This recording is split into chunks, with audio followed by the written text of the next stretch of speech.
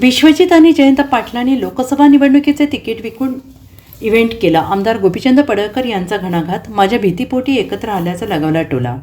लोकसभा निवडणुकीमध्ये जयंत पाटील आणि विश्वजित कदम यांनी ठरवून विकलं आणि इव्हेंट उभा केला. यामुळेच विशाल पाटील खासदार झाले. आता परिस्थिती वेगळी आहे. आपण संपतो की काय या भीतीपोटी हे तिघे एकत्र आले असल्याचे घणाघाती टीका भाजपाचे आमदार गोपीचंद पडळकर यांनी केली. ते पुढे म्हणाले, विश्वजित आणि विशाल यांना जादा नॉलेज नाही. जयंत पाटील यांच्यासोबत राहून त्यांनी काय साध्य केलं? मी मराठा विरोधी आहे हे तुम्ही उठवता, मग गरीब मराठा जिल्हा परिषद अध्यक्ष मिळाला नाही का?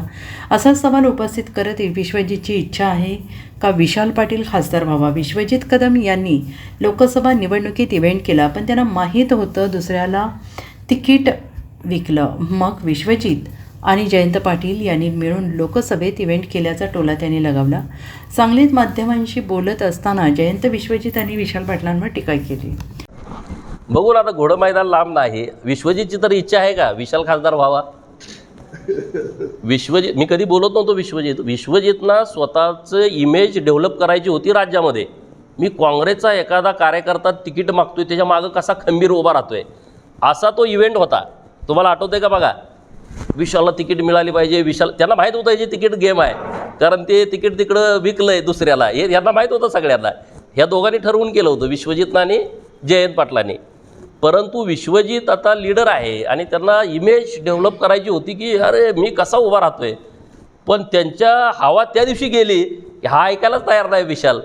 विशाल अपक्ष उभा राहील हे ना विश्वजितला माहीत होतं ना हे जयंत पाटलांना माहीत होतं. विशाल निवडणूक लढवतोय हे कळाल्यानंतर ह्याची हवा गेली. तेव्हा काय ते बरोबर नव्हते. त्यांना तर नाईलाज झाला की आता शरीरांतर बरोबर राहायचं. त्यामुळं विश्वजितनी फार काय एवढ्या मोठ्यानं बोलण्याची आवश्यकता नाही अजिबात. आणि बघू ना, मैदान काय आता जवळच आहे ना, 2019 काय लांब नाही. आम्ही त्या मैदानात आहेच.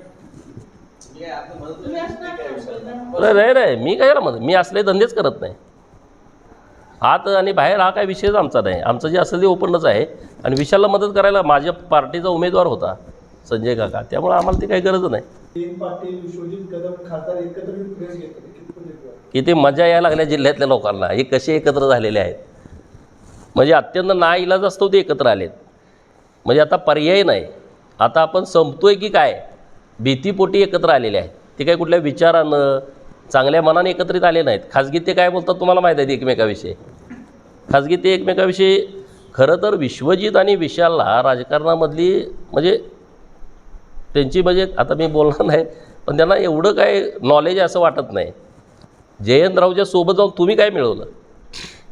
जयंतरावची बहीण आदेश केली, विश्वजितनं भाचा आदेश केला. कुठं आहे? काय पॉलिसी आहे तुमची सांगा ना. मराठा नव्हते का तुम्हाला ओपन करायचं होतं? तर झेडपी सदस्य मराठा निवडून आले नाहीत का? गोपीचंद पडळकर मराठा समाजाच्या विरोधात आहे असं भडकवत आहे तुम्ही खाजगीत. माझ्यापर्यंत येतेच ना सगळं. बरं ठीक आहे, तुम्ही माझ्याविषयी अफवा उठवत आहे. मग गरीब मराठा सदस्य कुणी नव्हता का महिला की ज्यांना जिल्हा परिषदेचा अध्यक्ष करता आलं असतं? गरीब एखादा मराठा समाजाचा झेडपी सदस्य नव्हता का ज्याला उपाध्यक्ष करता आलं असतं?